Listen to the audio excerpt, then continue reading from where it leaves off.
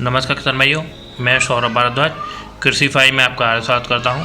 किसान भाइयों, आज की वीडियो में आपको जो इफ़को कंपनी का नैनो यूरिया आता है उसके बारे में आपको पूरी जानकारी देंगे। इस वीडियो में उसका रेट क्या पड़ता है किसान को, आप उसको कैसे प्रयोग कर सकते हैं, किन किन फसलों में प्रयोग कर सकते हैं।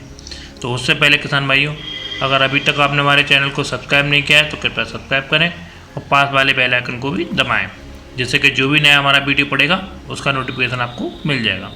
तो किसान भाई, आप देख सकते हैं ये इफ़को कंपनी का नैनो यूरिया है जो कि तरल में आता है, लिक्विड में आता है।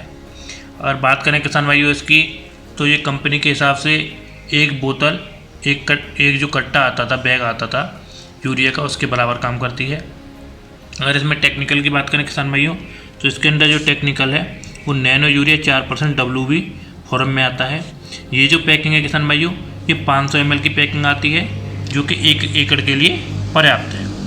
अगर बात करें किसान भाइयों इसके प्रयोग करने की, तो आप इसे अधिकतर सभी फसलों में प्रयोग कर सकते हैं जिनमें आप यूरिया का प्रयोग करते हैं या जिसमें खाद का आपको प्रयोग करना है, उन सभी फसलों में आप इसका प्रयोग कर सकते हैं।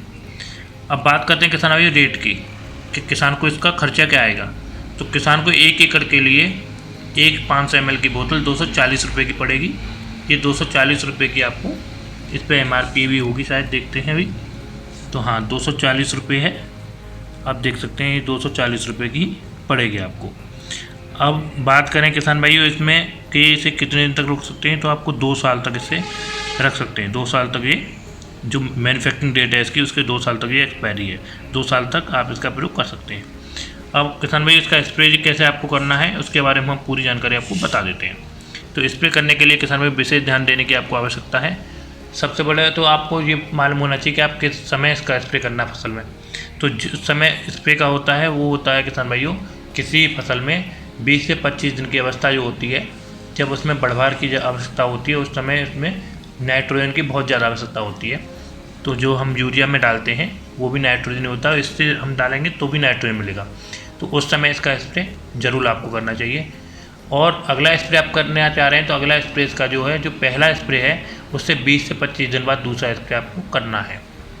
अब बात करते हैं किसान भाइयों स्प्रे में सावधानी क्या बरतनी है आपको। सावधानी का विशेष ध्यान ये देना है किसान भाइयों कि अगर बारिश का मौसम है तो आप उसे देखते हुए इसकी स्प्रे करें, क्योंकि इसको कम से कम 12 घंटे चाहिए स्प्रे होने के बाद काम करने के लिए फसल में। अगर उससे पहले बारिश हो जाती है तो इसका रिजल्ट आपका कम आएगा।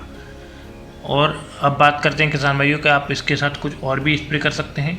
तो आप इसके साथ